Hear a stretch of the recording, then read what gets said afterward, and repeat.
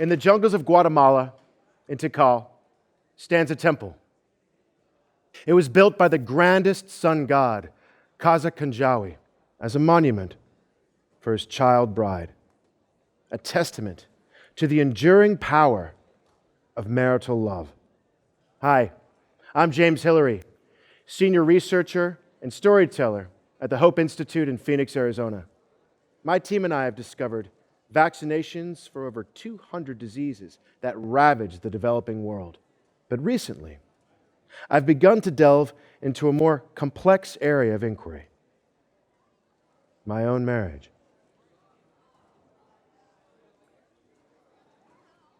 This is a picture of my wife having sex with another man. I took this photograph last fall after coming home early from a conference in Santa Barbara. Now, as soon as I witnessed this, I knew I had my work cut out for me. How could I use data analysis to discover what was really happening here?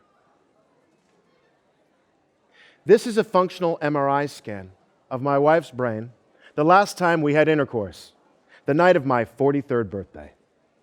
As you can see, there's virtually no activity in the frontal lobe, the brain's so-called pleasure center.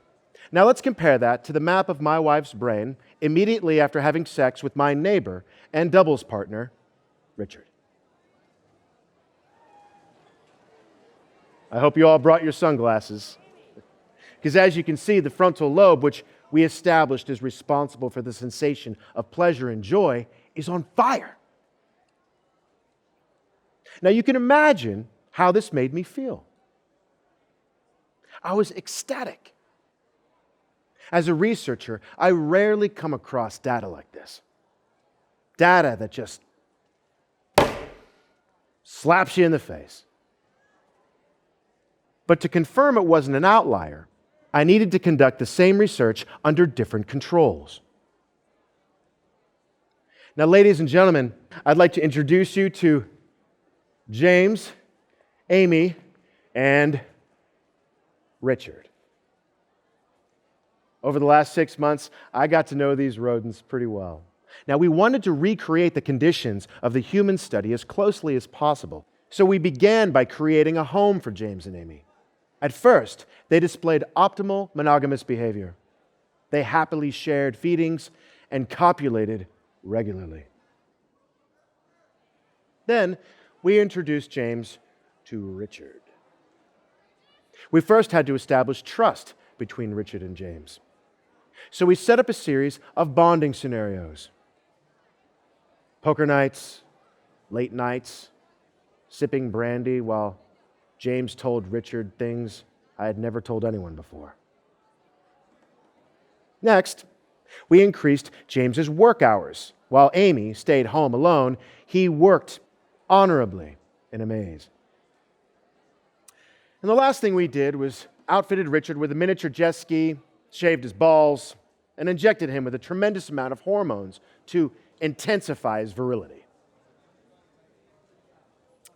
This photograph was taken 10 minutes later. Look familiar? Bengali poet Rabindranath Tagore once said, "Love is an endless mystery because it has nothing else to explain it." Now, no one knows what happens in the chambers of the human heart. But there's one thing we can know, beyond the shadow of a doubt, is that my dear, dear friend and department co-chair, Richard, is a magnificent lover and knows how to satisfy my wife beyond anything I could ever dream of. And that is no mystery. That, my friends, is a scientific fact. Thank you. Thank you.